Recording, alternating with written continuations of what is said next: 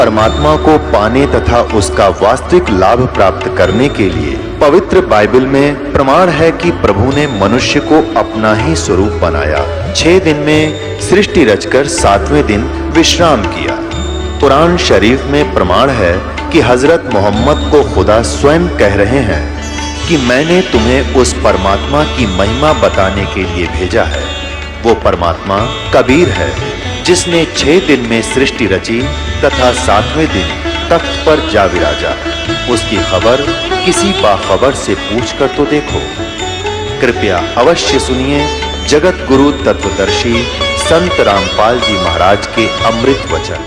मुसलमानों को कहा करते थे कि नहीं है दारम दारा, वहां तो नहीं है दारम दारा, उस दरगाह में धर्मराज है, लेखा लेगा सारा। और क्या कहा करते, वेद पढ़ने पर भेद न जाने, बाँचे पुराण 18, हर पत्थर की मूर्ति पर मत्था फोड़े, ये भूल गए सृजनहारा। फिर मुसलमानों को कहा करते थे कि एक मुल्ला मस्जिद में कूके, एक पुकारे बोका, इनमें कौन बिस्त को जागा, हमको लगा है धोखा। अब ये क्या करते हैं, बकरे को काटते हैं, कलमा पढ़ते हैं धीरे धीरे कि हम तो प्यार से काटते हैं, कोई दुख ना हो प्राणी को। और हम कलमा जो पढ़ते हैं इसके कारण इसकी आत्मा स्वर्ग में चली जाती है, भिष्ट में। परमात्मा कहा करते, क्यों मूर्ख बना रहे हो जनता को।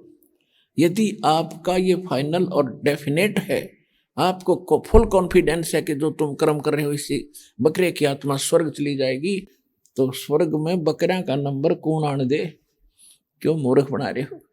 सबसे पहले अपने बेटे ने भेजा, फिर बेटी ने, और फिर अपना नंबर लाओ फट दे ही, तब मूर्ख बना रहे हो। कबीर साहब कहते हैं, जय या रूत है भिष्ट पठाई, जय आत्मा तने स्वर्ग में भेज दी, तो कर तदबीर कबीला भाई। अपने कबीले ने, अपने परिवार ने करके देखा, इस तरीके से भेज स्वर्ग में। इस बात से हिंदू और मुसलमान दोनों दुश्मन हो गए। ये धर्म गुरुओं से ही हम उनके दुम लगू रहे, उन्होंने केवल हमें लड़ा लड़ा कर मारा और कुछ नहीं दिया। एक दूसरे के दुश्मन बनाकर हमारे को आजीवन दुखी रखा। ये कारण रहा अशिक्षा का। और शिक्षा का सबसे बड़ा दुख आप देख रहे हो, शिक्षा का स्तर 1960 और 65 के बाद बढ़ा है। और 1970 के बाद जो गिरावट आई है आपके अंदर पूरे समाज में, हम हैरान है उस समय को देखकर, क्योंकि हमने दोनों जमाने देखे। और तीसरा इब्दास फिर दिखा होगा आपको, उससे भी अच्छा जमाना बना के, और कैसा सुख होगा।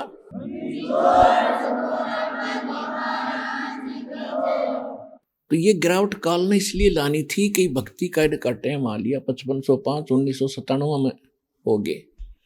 1997 के बाद ही काल ने जुल्म कर रखा है। और परमात्मा ने भी मेहर बख्श रखी है, कितने बढ़िया इंस्ट्रूमेंट इसके बाद बनवाए हैं।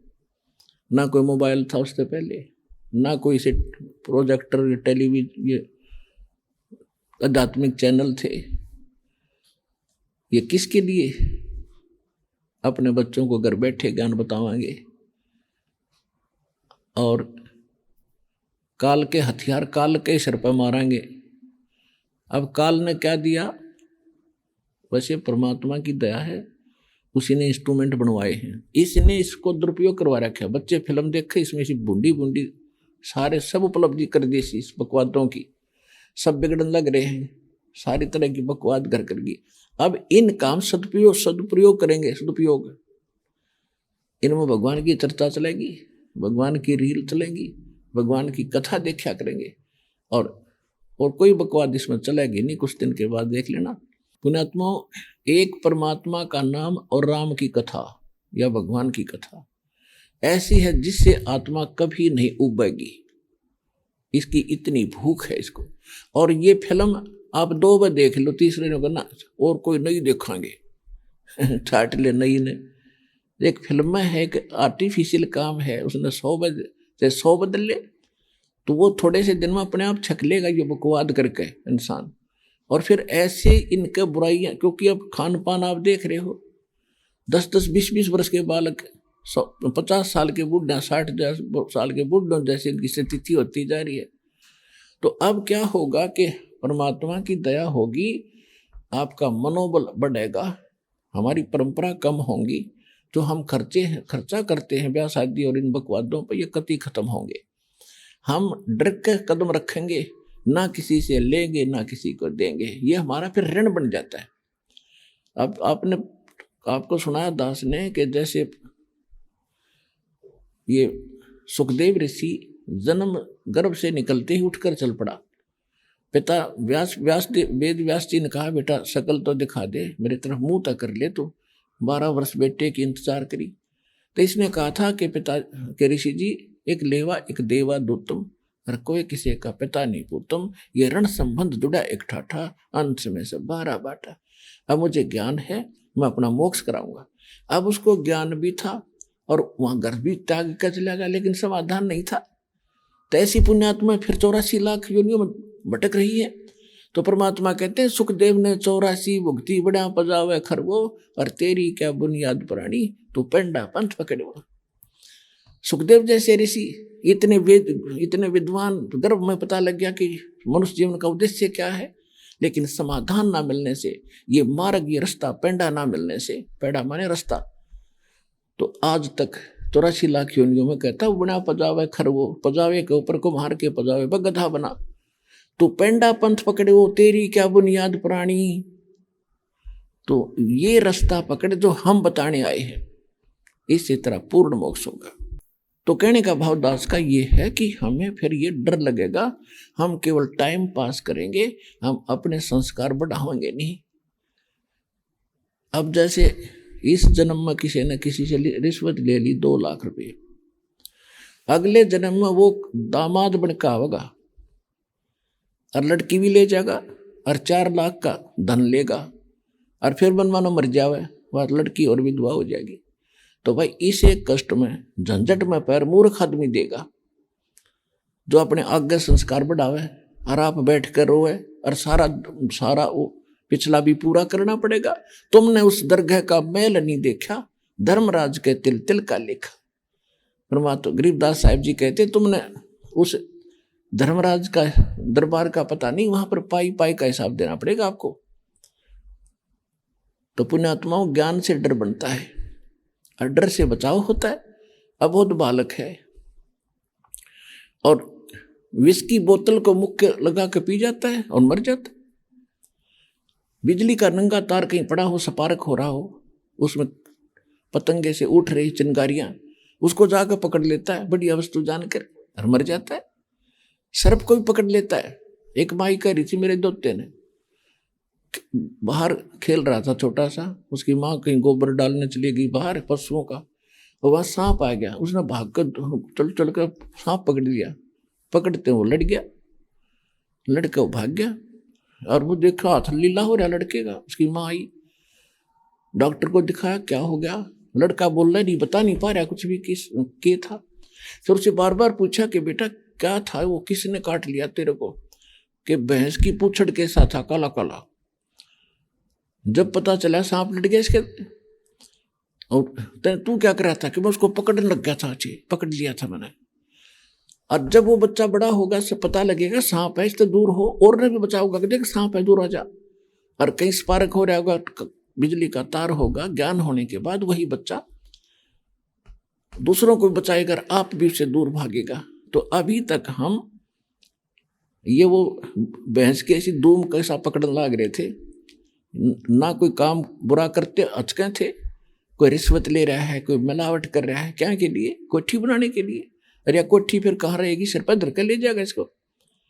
मृत्यु के बाद कुत्ता बनकर कोठी के चारों तरफ घूम रहा होगा। तो पुण्यात्माओं, इस ज्ञान को आपने समझना पड़ेगा, और इसके बगैर आपका कल्याण नहीं। आपने सीमित होना पड़ेगा, सिकुड़ना पड़ेगा। पूरी पृथ्वी पे का राजा था, आज बिल खोद का चूहा बनकर रह रहा है। बता, चाट ले यहाँ के सुख ने। झूठे सुख को सुख कहे, ये मान रहा मनमोद, यो सकल चबीना काल का, कुछ मुख में कुछ गोद। अब जो प्रसंग चल रहा है उस पर आते हैं कि अपने भगवान परमात्मा हमारे लिए यहाँ भटक रहे, और ये परमात्मा ने निर्धारित समय धर रखा है। अब पुण्यात्मा परमात्मा कसर नहीं छोड़ेगा, जो उसने वचन कह रखे है। परमात्मा ने बोल रखा है कि कलयुग, चौथा युग जब कलयुग आई तब हम अपना अंश पठाई। काल फंद छूटे नरलोई, सकल सृष्टि परवानी खोई। घर घर देखो बोध विचारा, सतनाम सब ठोर उचारा। कलयुग बीत जावे जब एता, कलयुग बीते 5505, तब यो मेरा वचन होगा साचा। और कलयुग बीत जावे जब एता, सकल प्राणी, पूरी पृथ्वी के प्राणी और परम पुरुष पद चेता। क्या कहा भगवान ने कि चौथा युग जब कलयुग आवेगा मैं अपना दास भेजूंगा। और फिर क्या करेगा कि काल फंद छूटे नरलोई। काल ने जो हमारा बांध रखा, बकवादों में हमें लगा रखा है, ये फंद यानी कर्मों के संस्कारों से हम जकड़े बैठे हैं, ये सब का छूटेगा, नर नारी सब का। और सकल सृष्टि, पूरा विश्व परवानिक माने दीक्षित होगा। घर घर देखो बोध विचारा, घर घर परमात्मा के ज्ञान की चर्चा होया करेगी। और सतनाम सब ठोर उचारा, सतनाम का जाप सब जगह होया करेगा।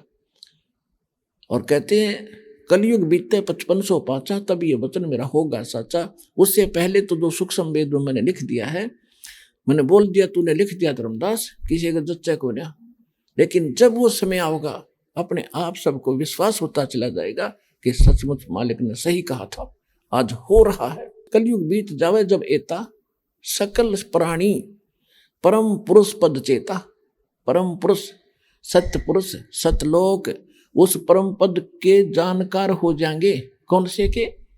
गीता अध्याय नंबर 15 के श्लोक नंबर 4 में जिसके विषय में कहा कि अर्जुन, जब तत्वदर्शी संत मिल जा, तत्व ज्ञान रूपी शस्त्र से इस अज्ञान को काट के उसके पश्चात परमेश्वर के उस परम पद की खोज करनी चाहिए। जा जाने के बाद साधक फिर लौट कर नहीं आते, उनका पूर्ण मोक्ष होता है। अपने विषय में कहता दूसरे अध्याय के 12वें श्लोक में, चौथे अध्याय के 5 और 9 श्लोक में, 10वें अध्याय के दूसरे श्लोक में कि अर्जुन तेरे और मेरे बहुत जन्म हो चुके हैं, तो नहीं जानता, मैं जानता। इससे सिद्ध है कि गीता ज्ञान दाता की जो उपासना करते हैं वो भी जन्म मृत्यु में रहेंगे। उनको वो परम पद नहीं मिल सकता जहां जाने के बाद साधक फिर लौटकर कभी नहीं आते, यानी जहां पूर्ण सुख है। गीता अध्याय नंबर 18 के श्लोक नंबर 62 में कहा कि अर्जुन तू सर्वभाव से उस परमेश्वर की शरण में जा, उस परमेश्वर की कृपा से तू परम शांति को और शाश्वत स्थानम, उस सनातन परम धाम को प्राप्त होगा। और परम शांति वहां होगी। जब तक जन्म मृत्यु है शांति नहीं हो सकती। अब यहां परमात्मा ने कहा कि जब कलयुग बीत जावे जब एता, 1997 जब आ जाएगा, और उसके बाद कहते पूरी सभी प्राणी परम पुरुष पद चेता, परमेश्वर के उस परम पद की यानी सतलोक की उसकी जानकार हो जाएंगे। बालक बालक के मुख पर होगा सतलोक, सचखंड चलेंगे, सतलोक चलेंगे। सतपुरुष कौन है, उसका मंत्र क्या है, सब जगह परमात्मा के सतनाम का जाप होया करेगा। अपनात्मा, यदि आज से 50, 20, 30 वर्ष पहले ये ज्ञान कहीं सुनाया जाता तो किसी का पल्ला नहीं पड़े, क्योंकि वैसे कह रहे महाराज जी ये तो हो ही नहीं सकता। और आज बुद्धिमान हो आप, शिक्षित हो, आज आपको 100% विश्वास हो रहा है कि ये तो होया पड़ा है, ये तो हो गया। ज्ञान नारा भगवान कति होके और समाधान प्रमाणित कर दिया कि इस मंत्र से के अतिरिक्त कोई मोक्ष मार्ग नहीं है। और जिन महापुरुषों का मोक्ष आप मानते हो, जिनके नाम पर इतने बड़े बड़े पंथ चले हैं और धर्म तक बन गए हैं, उन महापुरुषों ने भी यही भक्ति की जो आपको दास ने प्रदान की।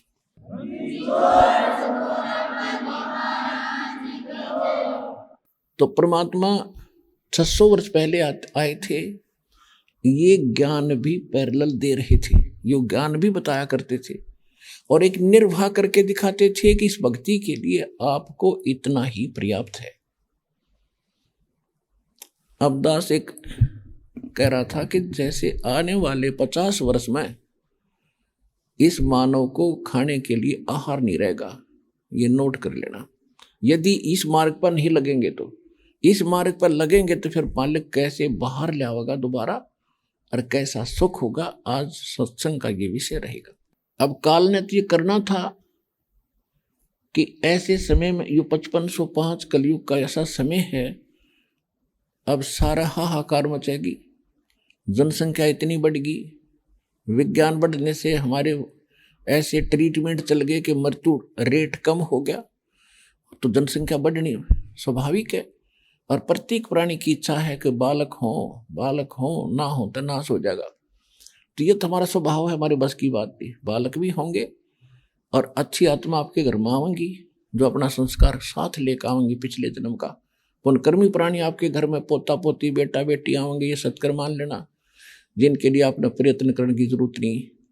कर्मों के धनी आवेंगे, ऐसे धनी जिनको जन्म से माँ के गर्भ में भक्ति मिल रहा है, ऐसा अनमोल मार्ग मिल रहा, जिस भक्ति को करके आप दुखी होकर थे वो सुखी हो गए, और जिनको गर्भ से यह ज्ञान सुनने को माँ के कानों से मिल रहा है, और आते उसको नाम मिलेगा, और वहाँ जहाँ पले पोसेगी उस मालिक के ज्ञान में, सत्संग में, उसके वचनों से पलेगी वो आत्मा, तो उसके अंदर और उस समावेश होगा उस भक्ति के, उसके अध्यात्म शक्ति का, और फिर नाम लेकर अपनी मोक्ष करावेगी। तो उनके लिए परमात्मा अपने कोटे तय, चाहे कुछ भी करना पड़े पृथ्वी पे, चाहे इसने उलट पुलट करनी पड़े, उनको वो चीज देगा जो उसके भाग में लिख के भेज दी। और फिर ऐसी साधना आपको दी जाएगी, भाग में ना होगी तो मिलेगी, क्योंकि परमात्मा का विधान है, ऐसा कर्म करोगे तो ये सुख देगा ही देगा आपको। अब कैसे देगा, ये थोड़ा सा एक यूं कहते हैं, बुद्धिमान को, समझदार को संकेत पर्याप्त होता है। एक तो आपको बताते हैं सतलोक में कैसे पदार्थ हैं जो कभी खराब नहीं होते। अब वो बात आपके दसे नहीं कि वहां दूध भी, दही भी और मक्खन भी ऐसे तैरता है दूध के ऊपर, ऐसे दही भरी रहती है, अलग अलग सरोवर भरे हैं, और वो कभी खराब नहीं होते। वहां जल भी खराब नहीं होता। अब जैसे परमात्मा ने इस समय के लिए या गंगा भेज रखी वहां से सतलोक से, इस गंगा का जल पृथ्वी पर एक ही है, यू वाटर, ये कभी खराब नहीं होता। आप कितना रख लो, 100 वर्ष रखे रखो किसी बोतल में भर के, और दूसरे पानी रख दो, तीसरे दिन कीड़े चाल पड़े उसमें। तो परमात्मा ने आपको एक अपना विश्वास बढ़ाने के लिए कि हम जो कह रहे हैं और जो मेरा दास बतावेगा वो सारी सच्ची है, तो ऐसा पदार्थ वहां से आया, ये वाटर, और ये इस गंदे लोक में भी खराब नहीं होता, और वहां तो मतलब है नहीं फिर। तो समझदार को संकेत पर्याप्त है। अब परमात्मा आपको यहां कैसे सुखी करेगा? एक तो आपके संस्कार से बना होगा, जैसे नाम जाप कर रहे हो आप, साधना कर रहे हो, धर्म कर रहे हो। देते को हर देत है जहां तहां से आन, ना दिया वो मांगता फिरियो, परमात्मा सुने नहीं कान। तो वो जब आप दान धर्म कर रहे हो उसके बताए अनुसार, तो वो आपको कैसे देगा? अब उसके ऊपर एक एग्जाम्पल सुनाते हैं। तो जैसे परमात्मा ये ज्ञान सुनाया करते थे, और हिंदू और मुसलमानों के जितने भी हमारे धर्म गुरु थे, उन्होंने परमात्मा का इतना विरोध करा दिया, पूछो मत। तो ज्ञान में परमात्मा उनको 1 मिनट में फ्यूज कर देते।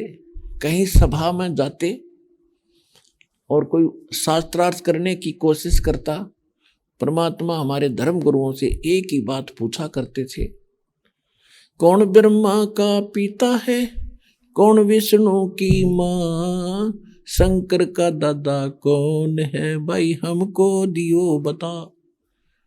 तो उनका तो वो तो शलभ काट जाते, फिर इनका कोई माता पिता नहीं, अजर है, सर्वेश्वर है, महेश्वर है, और परमात्मा के दुश्मन बना देते वक्त श्रोताओं को।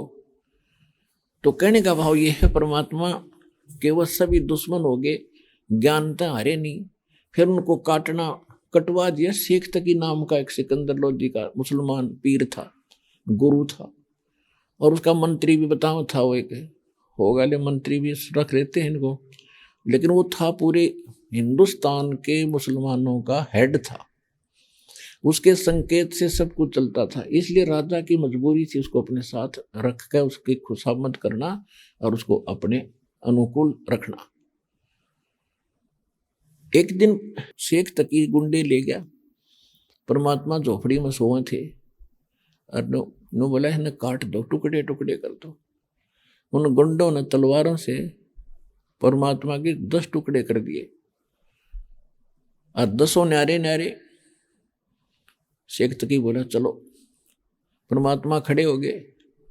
ने बोले शेख तकी रुक जाओ, दूध पानी पी के जाइए, मैं मान रहा ऐसे थोड़े जाते हैं। उन्हें देखा ये आदमी खड़ा क्यों कर हो गया। जो गुंडे ले रहा था ना बदमाश, उनका तो बुखार हो गया।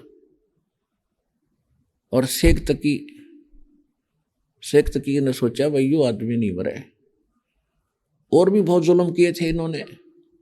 झेरे कुएं में डाल दिया शेख तकी ने, ऊपर छेड़े डाल दिए, कांटेदार झाड़ी डाल दी, ईंट गोबर मट्टी से भर दिया, सैकड़ों 150 फुट ऊंचा। सिकंदर लोधी कबीर परमेश्वर का शेष हुआ था, क्योंकि उसके एक जलन का रोग था, परमात्मा ने आशीर्वाद से ठीक कर दिया था। और भी उसको छोटे मोटे कई लाभ दे रखे थे। वो राजा कबीर परमात्मा का हृदय से आदर करता था और वो राजा के घर ही पहुंच गए हुए थे उस दिन सिकंदर लोधी के। तो वहीं से शेख तकी मजबूर करके ले गया था वहां से राजा को। राजा डरता था कि शेख तकी को ना कर दिया तो तेरे राज को खत्म कर देगा।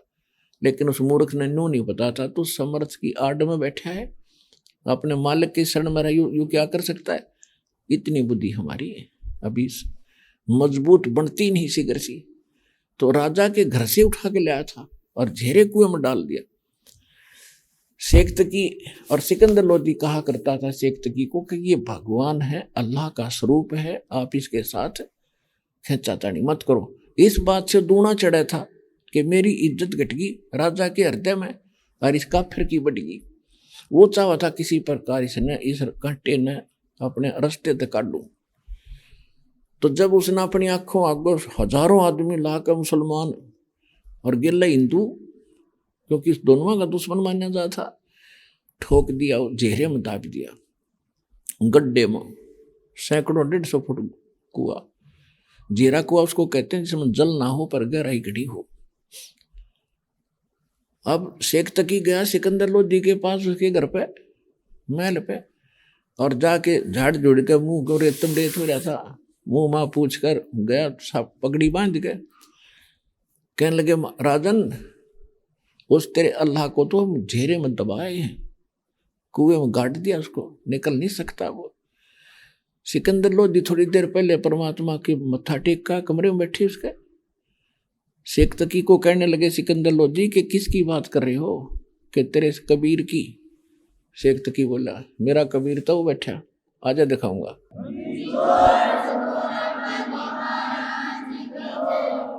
अब शेख तकी ने देखा झांकी में गए, बाकी दुश्मन कैसे आ गए यहाँ पर।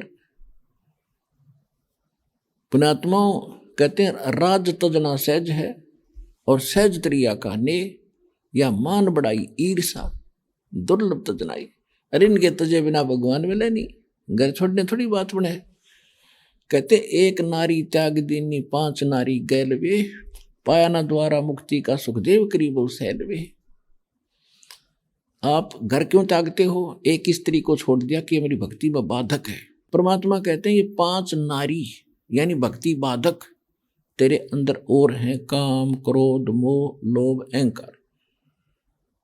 बता ये तू साथ लिए फिर रहा है, इन नारियां तो हट, या नारी इतनी बाधक नहीं जितनी ये नारी बाधक है तेरी। तो यहां परमात्मा कहते हैं तो उस समय इतनी ईर्षा थी, आंखों देख के अरे कलेजा फट जा मानस होता तो शैतान का संतान था। इतना कुछ देख के चरणों में गिर जाना चाहिए था, ये भगवान है माफी मांग ले, दयालु है तो अपने पिता है। कितना भी तंग रखा हो पिता को, और बालक एक बार जी बोल पड़े पिताजी आगे कदे कुछ नहीं करूंगा, सारी भूल पड़ जाती है उसको। और ये परम पिता, ये सारी सृष्टि के मालिक, कितना हमने गलती कर दी, आज भी हम हृदय से इसको स्वीकार समर्पित हो जाएंगे, सारे माफ कर देगा।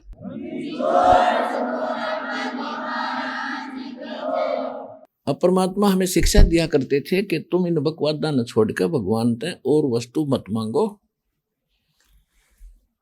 एक तो ये मांगो, भक्ति दान गुरु दीजियो, देवन के देवा हो, जन्म पाया भूलो नहीं, करहूं पद सेवा हो। भक्ति दान गुरु दीजियो, देवन के देवा हो, जन्म पाया भूलो नहीं, करहूं पद सेवा हो।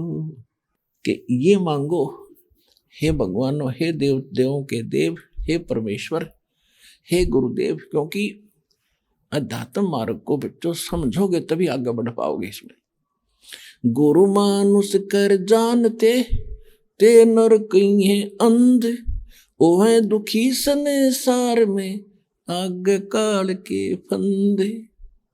गुरु गोविंद कर जानियो, रहियो शब्द समाए, मिले जब दंडवत बंदगी, नहीं पल पल ध्यान लगावे।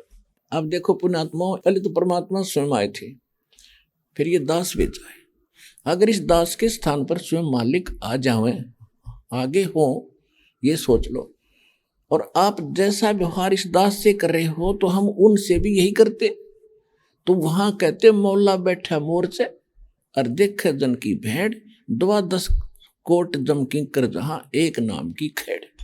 परमात्मा एकांत झरोखे से देख रहा है आपकी सब रिहर्सल को, कि आप कैसी भावना रखते हो, कैसे आप भक्ति कर रहे हो, कितना दान में रुचि है, मेरे दास के प्रति आपके कैसे विचार हैं। तो वो ये समझ रहे हैं कि ऐसे ही मेरे प्रति हैं जो इसके प्रति हैं। और जब आप यहाँ से, जब आप शरीर छोड़कर जाओगे तो इस दास के रूप में आपकी परीक्षा होगी त्रिकुटी पे। और जैसे भाव आपके, जैसे सपना होता है, सपने में जैसा आप दिन में कर रहे होते हो, सपने में भी वैसा ही बोलोगे। वो रिहर्सल बन गई आपकी, वही व्यवहार रहेगा, वही विचार रहेंगे। तो जैसा अब सेट कर लोगे, ये आपके फिर यहाँ से जाने में, मोक्ष करने में सहयोगी होगा। तो यहाँ कहा है, भक्ति दान गुरु दीजियो, देवन के देवा हो, जन्म पाया भूलो नहीं, करहूं पद सेवा हो। तीर्थ व्रत मैं ना करूं नहीं, देवल पूजा हो, तीर्थ व्रत मैं नहीं करूं ना, मंदिर पूजा हो, मनसा वाचा कर्मणा मोहे, और न दूजा हो, मनसा वाचा कर्मणा मोहे, और न दूजा हो। कहते हैं, फिर क्या बताते हैं परमात्मा, जैसे धर्मदास जी का जब अंधेरा हटा, धर्मदास जी को जब ये ज्ञान हुआ, तो सेठ था, धनी था, और पुत्र की कमी थी, वह भगवान ने उसको दे दिया था। तो जिस कारण से उसके और तक कोई कमी रही है नहीं थी, और ज्ञान ऐसा दे दिया कि संपत्ति न के शर्मा मारेंगे। जब भगवान रूठ गया तो तब उसने एक बात मांगी थी कि भक्ति दान गुरु दीजियो, देवन के देवा हो, हे भगवानों के भगवान। क्योंकि तो थे, वो तो आंखों देखा थे सतलोक में जाकर कि तो परमात्मा यही, हम तो धोखे में थे। तो जब कहते हैं कि भक्ति दान गुरु दीजियो, देवन के देवा हो, और जन्म पाया भूलो नहीं, करहूं पद सेवा। पद माने जो पद, यानी पद्धति, जो भक्ति विधि आपने बताई है दाता, आजीवन नहीं भूलूंगा। ये निर्डले डोलिए, हमने सारे पूजाएं कर ली, तीर्थ पर धक्के खा लिए, नरे कर्म फोड़ के आए हम। तो यहां परमात्मा कहते हैं, अब धर्मदास जी क्या मांग रहे हैं, हमने ऐसे मांगना होगा। भक्ति दान गुरु दीजियो, देवन के देवा हो, भक्ति दान गुरु दीजियो, देवन के देवा हो, जन्म पाया भूलो नहीं, करहूं पद सेवा हो। तीर्थ व्रत में ना करूं ना, कोई मंदिर पूजा हो, तीर्थ व्रत मैं नहीं करूं ना मंदिर पूजा हो, मनसा वाचा कर्मणा मोहे और न दूजा हो। भक्ति दान गुरु दीजियो देवन के देवा हो, भक्ति दान गुरु दीजियो देवन के देवा हो। जन्म पाया भूलो नहीं करहूं पद सेवा हो। अष्ट सिद्धि और दो निधि और बैकुंठ का वासा हो, अष्ट सिद्धि और नौ निधि बैकुंठ का वासा हो। वो मैं तुमसे न मांग हूँ सब थोथरी आशा हो, वो मैं तुमसे नहीं मांग हूँ वो सब थोथरी आशा हो। भक्ति दान गुरु दीजियो देवन के देवा हो, भक्ति दान गुरु दीजियो देवन के देवा हो। जन्म पाया भूलो नहीं करहूं पद सेवा हो। सुख संपत्ति परिवार धन और सुंदर नारी हो, सुख संपत्ति परिवार धन और सुंदर नारी हो। सपने में इच्छा नहीं करूं गुरु आण तुम्हारी हो, सपने में इच्छा नहीं करूं गुरु आण तुम्हारी हो। भक्ति दान गुरु दीजियो देवन के देवा हो, भक्ति दान गुरु दीजियो देवन के देवा हो। जन्म पाया भूलो नहीं करहूं पद सेवा हो। धर्मदास की विनती समर्थ चित दीजो हो, धर्मदास की विनती समर्थ चित दीजो हो। ये आना जाना निवार के अपना कर लीजो जी, ये आवन जावन निवार के अपना कर लीजो जी। भक्ति दान मोहे दीजियो देवन के देवा हो, भक्ति दान गुरु दीजियो देवन के देवा हो। जन्म पाया भूलो नहीं करहूं पद सेवा हो।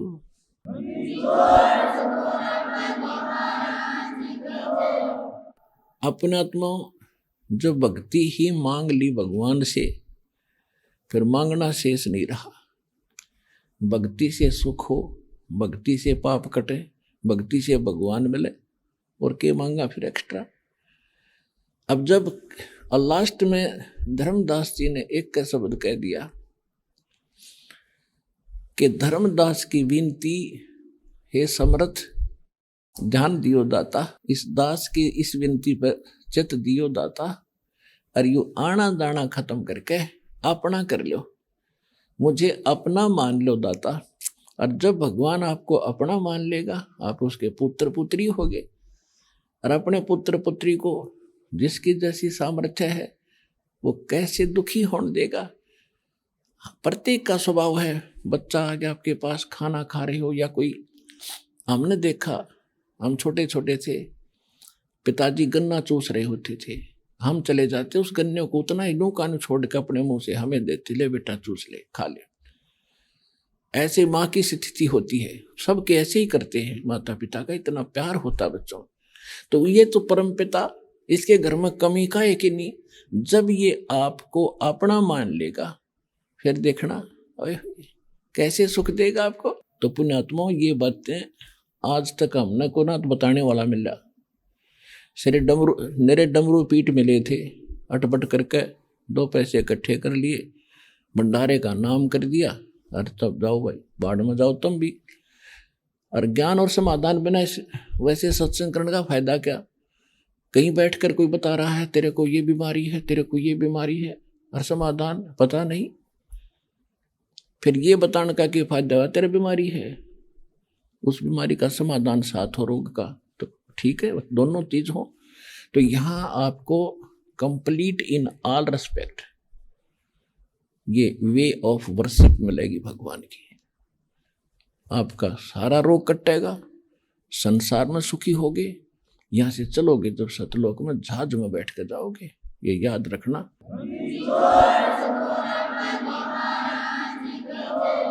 यहाँ ते सारी पृथ्वी का प्रधान राष्ट्रपति हो, प्रधानमंत्री हो, जब भक्ति नहीं करेगा ना, उसकी ऐसी दुर्गति होती जाएगी, यम के दूत यहीं से पीटने लगेंगे उसको, और वो सारी उसकी अफलातूनी 2 मिनट में खत्म हो जाएगी। कहते आए हैं सो जाएंगे ये राजा रंग फकीर, एक सिंहासन चढ़ चलो एक बंधे जात जजीर। एक तो जहाज में भी सिंहासन जैसी कुर्सी मिलेगी, नुकती राजा जैसी, वहीं से पता लग जाएगा आपको कि जो सुना करते मालिक सच्चा पाया कति।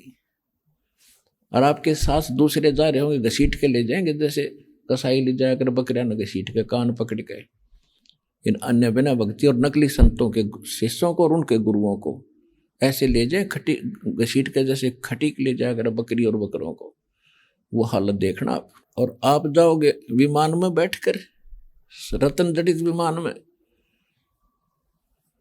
पुण्यात्माओं देखो, दास कोई मांगने खाने वाला नहीं था। दास का उस कुल में भी जन्म नहीं था जिसका प्रोफेशन ही जन्मजात हो, ब्राह्मण जाति में भी नहीं जन्मा। मत एक गरीब किसान जाट के घर जन्म हुआ, जो मजदूरी अपनी मेहनत करके खाते थे, किसानी करके। और महाराज प्रोफेशन भी नहीं था। दाता ने जब दया करी है इस दास पे, तो इसने पार भी करेगा। और दास के रोजगार भी ठीक 2 रोटी मिल रही थी। जूनियर इंजीनियर सिविल इन हरियाणा इरिगेशन डिपार्टमेंट दास नौकरी करता था जेई की। जब गुरुदेव ने आदेश कर दिया बेटा इस संभाल इस काम ने और नाम दिया कर, उसी दिन के बाद सन 1994 में उन्होंने आदेश दिया था सत्संग और नामकरण और देने का। 1995 में नौकरी त्यागनी पड़ेगी क्योंकि इतना प्रचार बढ़ गया। तो ये भी नहीं ना सोचना कि मैं अपने कोई खाने पीने के लिए ड्रामा कर रहा हूँ ना। 2 रोटी सुबह खाऊं हूँ, 2 शाम ने मुश्किल थे। आप देख रहे हो कितनी मजदूरी करता हूँ ताकि परमात्मा का ज्ञान परमात्मा के बच्चों तक पहुँच सके। और हमेशा इस डर से डरता रहता हूँ परमात्मा को इसी गफलत ना हो जाए दास से, ऐसा अनमोल मिशन खराब ना हो जाए आपका। तो इस डर से दिन रात सतर्क रह के जितने दास की जीव की संज्ञा की शक्ति सामर्थ्य होती है उससे अधिक कोशिश करता हूँ मैंने आपको मिलने का, सत्संग करने का। उसके अतिरिक्त फिर यहाँ की व्यवस्था आप देख रहे हो। एक 4 सदस्यों का परिवार होता है, रात में नींद नहीं आती। पिता ने इतनी समय कोई लेना है, किसी का देना है, किसी की फीस रहेगी, और आप लाखों भगताते हो यहाँ पर। सारी व्यवस्था, मैट की नारी, रजाई अलग से, खाने पीने की, नमक मिर्च हल्दी सारा व्यवस्था करनी, पंखे, फिर आश्रम बनवाना, फिर सारी सुविधाएं देनी। तो ये कर तो कबीर साहब रहे हैं, जीव के सत्र का नहीं है, वो हाजिर रहता है यहाँ पर।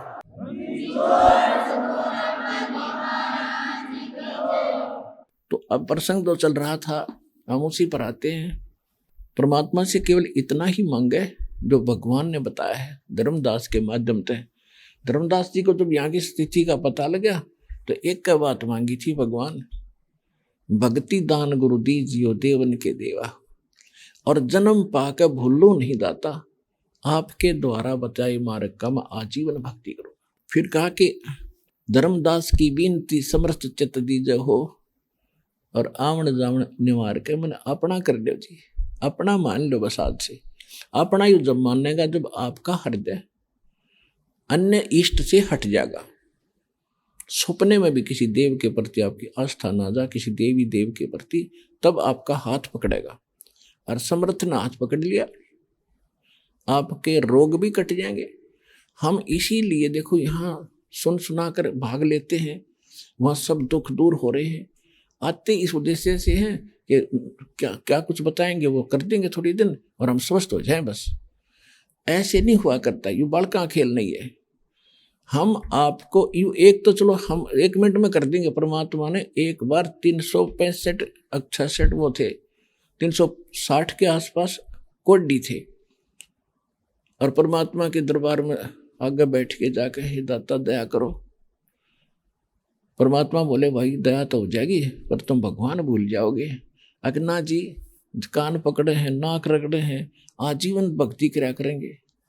आशीर्वाद देकर दाता ने सारे स्वस्थ कर दिए, उनका निशान भी नहीं रहा। बस ठीक होंगे फिर पाक गए चौधरी, महीना 20 दिन ताए, फिर कोई कितना धक्के खा रहा, कोई कितना सर से पट्टे कर रहा है, वो छोड़ के सारी भक्ति ने।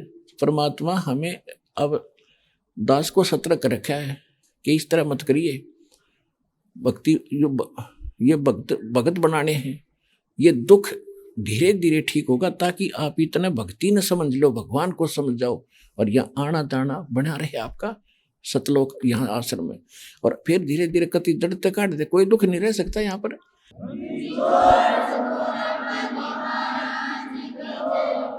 अब उनका एक कोड तो ठीक हो गया, और यू जन्म मरण का कोड तन्यों का न्यू रहेगा, मूर्ख छोड़ के भाज गए भगवान का। तो परमात्मा हमें अपने उदाहरण दे दे समझाते हैं, कहते हैं सुख के माथे पत्थर पड़ो, जो नाम हृदय से जावे, बलिहारी व दुख के जो पल पल नाम रटावे। यहाँ पर लाखों की संख्या में भक्तों के दुख दूर हुए, रोग दूर हुए, पारिवारिक समस्याएं खत्म होगी। और फिर वो अब भी कुछ आते हैं जी, थोड़ी बहुत सी बात ऐसे ऐसे रह रही है थोड़ी सी, और बाकी तो दया होगी आपकी। तो मैं मन मन में सोचूं या तो थारा राखनी भी है आपने, ना तो भाग जाओगे तुम, ना तो उनको डिया की तरह अंडी पाक जाओगे, और जो असली कोड हम काटना चाहो वो कोड ने का नहीं रह जाएगा जन्म मरण का। लेकिन इतना दुख नहीं आने देंगे आपके ऊपर, आपकी जीवन हानि हो जाएगी। आपको देखो भगवान है यो, परमात्मा कभी दुख दे सकता अपने बालक ने, लेकिन इतना दुख तो देना पड़े से, जैसे बच्चा बीमार है, इंजेक्शन लवान पिता ले जा, माँ ले जा, भाई ले जा, तो डॉक्टर इंजेक्शन लाओगा तो दर्द तो उसका होगा, और लगाने वाले ने पता है, लवाने वाले ने पता है, और जो पिताजी का उसको मालूम है, लेकिन वो दर्द तक कंपलसरी है, वो पीड़ा तो उसने सहन करनी ही पड़ेगी ताकि रोग कटे। तो पुण्यात्माओं दास तो बताना चाह रहा था, तो क्या मांगा भगवान से, साईं इतना दीजियो जा मैं कुटुंब समावे, हम भी भूखे ना रहें, कोई अतिथि न भूख हो जाए।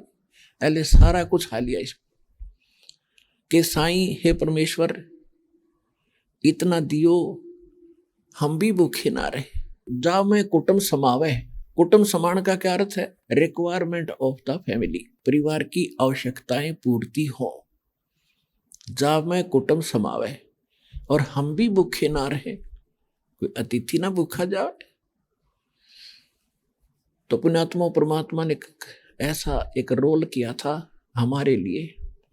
धीरे धीरे आपका विश्वास होगा इस बात का, क्योंकि हिंदुस्तान के अंदर लगभग 70% व्यक्ति कति गरीबी रेखा से नीचे हैं, और ईब इनका भगवान समझ में आओगा। कैसे आओगा, इनको विकल्प मिलेगा कि कबीर साहब कहते हैं, टोटे में भक्ति करे सोए सही सपूत, ये मायाधारी मस्करे ना जाने कितने जालिए ऊते।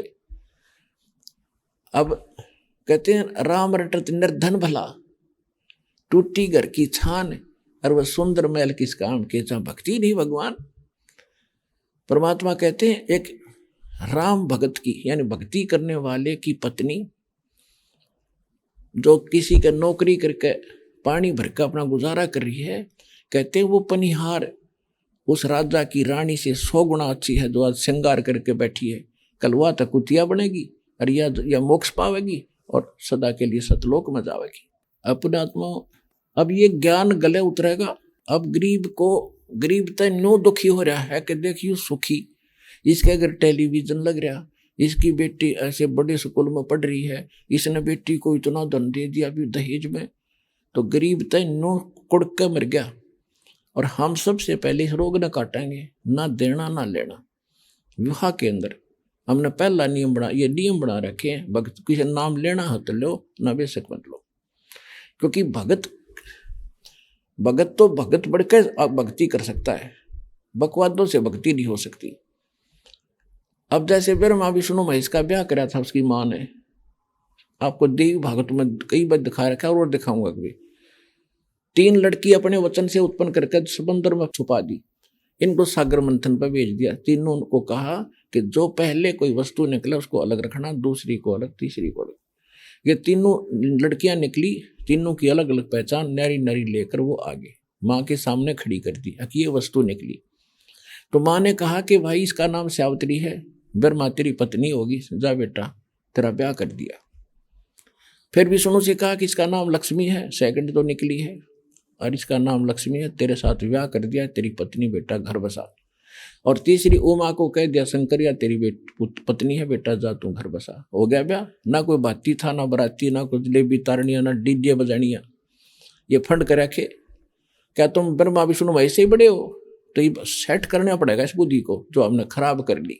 हम बेटी को भी बाहर बना देते हैं, उसको देते हैं, उसने फिर आगे मन कह पशु बनकर आपका वापस करना पड़ेगा। तो इस तरह भाई अगर तुम भक्ति करोगे तो परमात्मा के फार्मूलों को ही अप्लाई करना पड़ेगा। जब यह प्रॉब्लम सोल्व होगी आपकी, ना तो होए को ना कितनी कोशिश कर लियो। अब फिर देखना रंग। अब परमात्मा क्या बताते थे कि साईं इतना दीजियो जा मैं कुटुंब समावे, हम भी भूखे ना रहे, तिथि ना भूखा। एक समय आपने को बताया दास ने कि हिंदुओं के गुरु, मुसलमानों के गुरुओं ने सभी हिंदुओं को और सभी मुसलमानों को परमात्मा का दुश्मन बना दिया और उन्हें काट के देख लिया, राजा को कंप्लेंट करके देख ली, कुछ नहीं कर पाए उनका कोई भी, और मर नहीं रहा। तो उन्होंने सोचा इसको इतना शर्मिंदा कर दें, ये जुल्हा काशी छोड़ कर भाग जा और हमारा सिर दर्द मिटे। इसने तो हमारी रोजी रोटी हराम कर दी, क्योंकि वो दुनिया को बहका के ठग रही थी। परमात्मा अपने बच्चों को देख देख कर रो रहे थे कि देखिए किस मूर्खा के पास बैठे हैं, इनका जीवन नाश करने लग रहे, इनको कख भी पता नहीं। अपना पुणात्माओं किसी बाप का बेटा शराब पी के और ऐसे निकम्मे व्यक्तियों के संपर्क में आ जाकर वो इसने गुंडा बना कर छोड़ देंगे और इसके सारे धन न लूट लेंगे।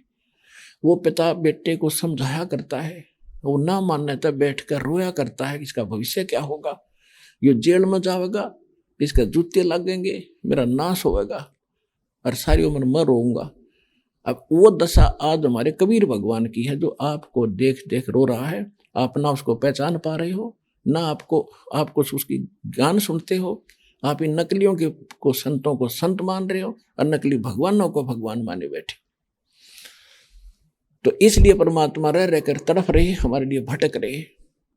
तो उन धर्म गुरुओं ने हमारे भगवान के साथ हमारे से कैसे जुल्म कराए, और अंत में उन्होंने क्या सोचा कि कैसा कर दें कि भाग जाए यहाँ से। उसके लिए उन्होंने एक झूठी चिट्ठी डाल दी, चिट्ठी लिख दी सभी साधु संतों के बाड़ों। बड़े पहले साधु, देखो भक्ति के लिए तो आत्मा भटक रही है, और जो पुण्यात्मा घर छोड़ कर किसी संत के पास आश्रम में रह रहे हैं प्यारी आत्माएं, तो वो तो दिन घर त्याग गया, परिवार त्याग दिया। कई तो ऐसे थे बड़े बड़े धनी के लड़के थे, और वो भी त्याग के आश्रमों में गुरुओं के पास रह रहे थे। भाई अपने भक्ति कराएंगे, पीछा छुड़वाएंगे, क्योंकि ज्ञान से पता तो लग ही जाता थोड़ा बहुत। आइए अब हम उन श्रद्धालुओं के अनुभव जानते हैं जो जगत गुरु तत्वदर्शी संत रामपाल जी महाराज जी से दीक्षा प्राप्त कर चुके हैं तथा उनके द्वारा बताए गए भक्ति मार्ग पर चल रहे हैं। नमस्कार जी। नमस्कार सर। क्या नाम है जी आपका? सफिया परवीन। बहन जी आप कहाँ से हैं? गया बिहार से। बहन जी संत रामपाल जी महाराज से नाम दीक्षा आपने कब ली? 29 तारीख 11वां महीना 2013। संत रामपाल जी महाराज से नाम दीक्षा लेने से पहले आप क्या भक्ति साधनाएं किया करती थी? वही मुस्लिम धर्म के होने के कारण नकली पीर में वही साधना करते थे, उनसे जुड़ल थे, अलियास नाम था उनका। तो फिर आप संत रामपाल जी महाराज की शरण में कैसे आई? संत रामपाल जी महाराज के शरण में आए कि हमारे भगत जी को एक अजय भगत जी ने पुस्तक दिए, उनसे ज्ञान चर्चा होते रहा। भगत जी घर में आते थे तो हम बोलते थे नहीं, हमारे पति घर में आते थे तो बोलते थे कि नहीं, सो मुस्लिम धर्म में समाज के हिसाब से अल्लाह ताला आए हुए हैं। हम बोलते थे नहीं, धरती पर अल्लाह ताला तो आप बोलते हैं कि बहुत से आए हुए हैं।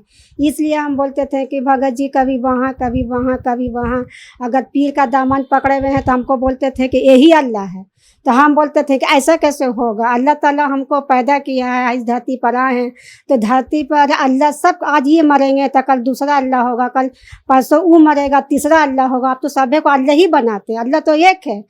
तो इसके लिए मार धार घर में बहुत होता था कि नहीं यही अल्लाह। हम बोला कि अल्लाह तो हम मानबे नहीं करते हैं, अल्लाह बस ऊपर रहता है। अब अल्लाह नीचे, ठीक अल्लाह एक रहता है, नीचे भी रहेगा तो एक रहेगा, कभी उसको अल्लाह बोलते हैं कभी उसको अल्लाह बोलते हैं, कितना यहाँ अल्लाह है। संत रामपाल जी महाराज के ज्ञान तो हमको जिसको समझ में आवे नहीं का, गुरु जी का ऐसा कृपा हुआ, ऐसा संत रामपाल जी महाराज का कृपा हुआ कि हम नहीं बीमारी के कारण और नहीं दुखी के कारण परमात्मा ऐसा खिंचाव लिए कि मालिके जाने। बड़ा बेटा था बम्बई में, तो फ़ोन आया कि आपके बेटा सीरियस हो गया। हम बोला अरे हम तो सुबह बात किए हैं, तो आज हमारा बेटा सीरियस कैसे हो गया एक बार? तो हाँ सो सीरियस हो गया है, डॉक्टर ने जवाब दे दिया है, तीन डॉक्टर बदल चुके हैं। और दिमाग तो हमारा उलझाव था कि आप हिंदू का फोटो ला करके किताब ला के घर में धर दिए हैं और हमारे बेटा का तबीयत खराब हो गया है। तो भगत जी ने बोले कि कुछ भी करो। सो एक दफ़ा जहाँ हमारी या से जो पीर है उसके यहाँ जुड़े थे, वहाँ फ़ोन करके पूछें कि ऐसा ऐसा बात है। सो बाबा उनको कहते थे बाबा जी ऐसा ऐसा बात है, सो हमारे बच्चा का तबीयत, सोनू का तबीयत बहुत सीरियस है। भाई कोई बात नहीं है, सो देखा लो बढ़िया से। तब फिर हमारे डॉट में आया, अरे 5,000 रुपया अभी तुरंत 2 घंटा में खर्चा किया। फिर बोलते हैं कि देखा लो, ये सही में ये खुदा नहीं है। यहाँ पर से हमारा कुछ परमात्मा ने दिमाग बदल गया। हम बोला कि नहीं ऐसा नहीं। फिर गुरु जी के पास, संत रामपाल जी महाराज के पास ज्ञान गंगा भगत जी ने लेकर, और संत रामपाल जी महाराज का फोटो पर गुरु जी के पर मैंने दंडवत किए। तो हम सोचते थे ऐसे काहे कर रहे हैं, हमको तो पता नहीं था क्योंकि हम पुराना रंग में रंगे भी थे। तब फिर दंडवत किए, बोले कि सो आप अगर आप ही अल्लाह हैं तो हमारे बच्चे को ठीक कर दीजिए, तब हम जानेंगे। इतने में भगत जी विश्वास नहीं होता, परमात्मा जाने। हम तुरंत 10 मिनट के बाद फ़ोन आ गया कि आपका बच्चा समीम नाम के उसी माने कि नकली गुरु से जुड़े हुए थे। बोले कि अरे आपका बच्चा कैसे ठीक हो गया? सो बाबा का कमाल है। हम बोले तो अब हमको विश्वास हो गया कि नहीं, वह बाबा का कमाल नहीं है, यही जो फोटो में जो है ये अल्लाह यही का कमाल है। संत रामपाल जी महाराज का जो फोटो था ज्ञान गंगा में, इन्हीं का कमाल। हमको ना जैसे कि हमको किसी बारे में पता नहीं था कौन संत रामपाल जी हैं, कहाँ पर इनका माने कि नाम दीक्षा दिया जाता है, क्या होता है। ऐसे करते करते माने कि फिर सत्संग सुनने लगे, करते करते घर में कुछ बदलाव आने लगा। तो जब घर में बदलाव आने लगा तो वाकई में खुदा है। भगत जी बोलेंगे कि ठीक है आप मानिए चाहे ना मानिए, हम तो बरवाला जाएंगे। तो हमको तो पता नहीं था कि बरवाला कैसा होता है। हम बोले ठीक है आप जाइए। तब फिर बोल के घर में अचानक ईद का दिन पड़ गया। ईद का दिन पड़ गया तो सबके पास कपड़ा लत्ता सब पहन रहा। भगत जी बोले कुछ नहीं घर में होगा। तब संत रामपाल जी महाराज का कृपा था, सही में कुछ नहीं ईद नहीं मनाए हम लोग। घर में कहा कि कमाड़ी बंद करके हम लोग बाल बच्चा सब रहा है कि नहीं ये ज्ञान गंगा में कुछ नहीं लिखा हुआ है, सो नहीं हमको करना है। भगत जी बोले तो हम लोग मान लिए।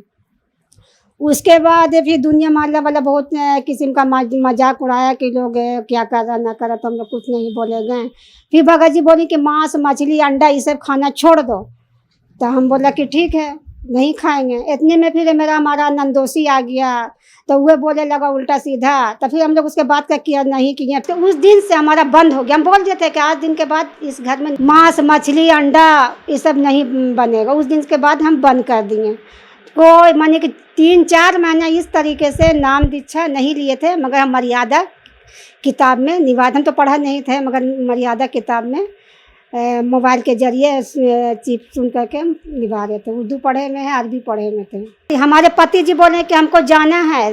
हमारा कहाँ जाना है? तो 3 महीना हो गया, संत रामपाल जी महाराज के शरण में जाना है। तो हम बोले कि ठीक है जब आप जा रहे हो तो हम भी चलेंगे। तो बोली कह रहे अभी तो नहीं तैयार थी, और तू बोली जाना, मैं कि नहीं हम चलेंगे।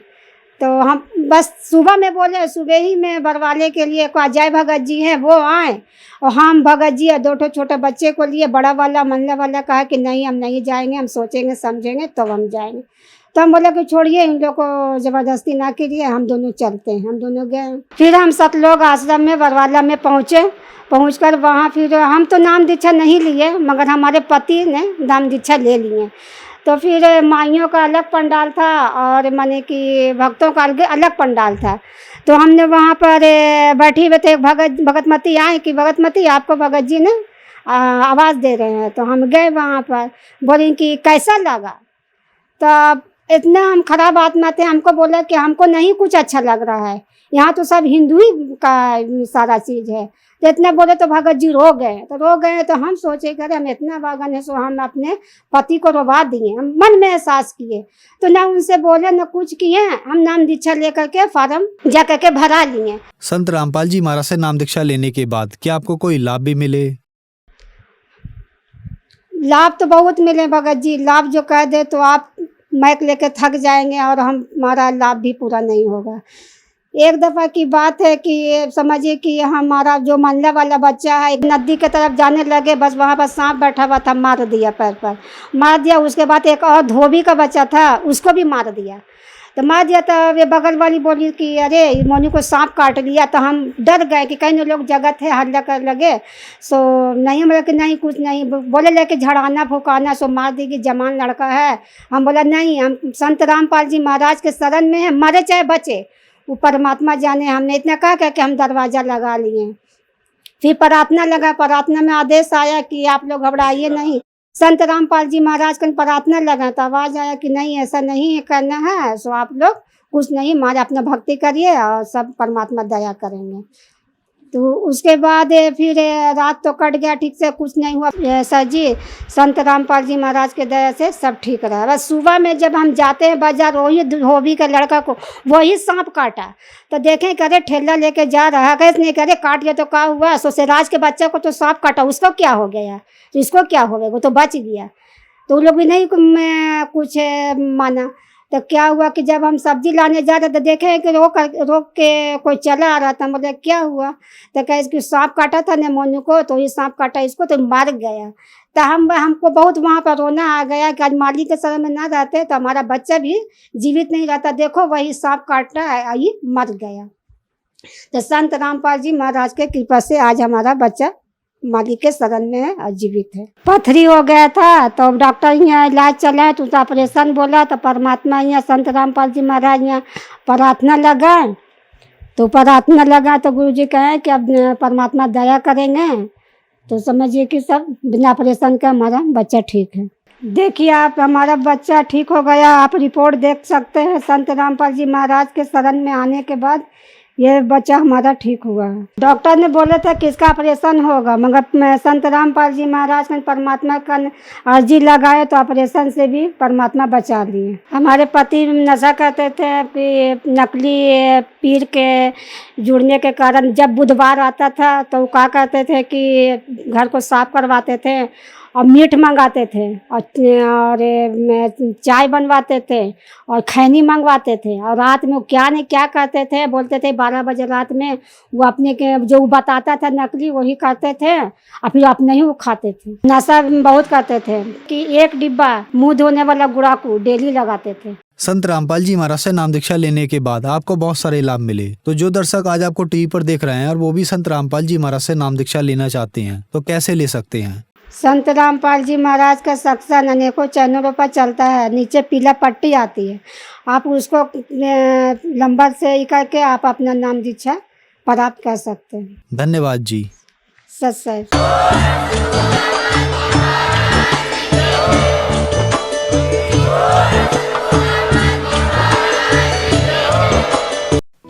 आप सुन रहे थे जगत गुरु तत्वदर्शी संत रामपाल जी महाराज के मंगल प्रवचन। अधिक जानकारी के लिए संपर्क करें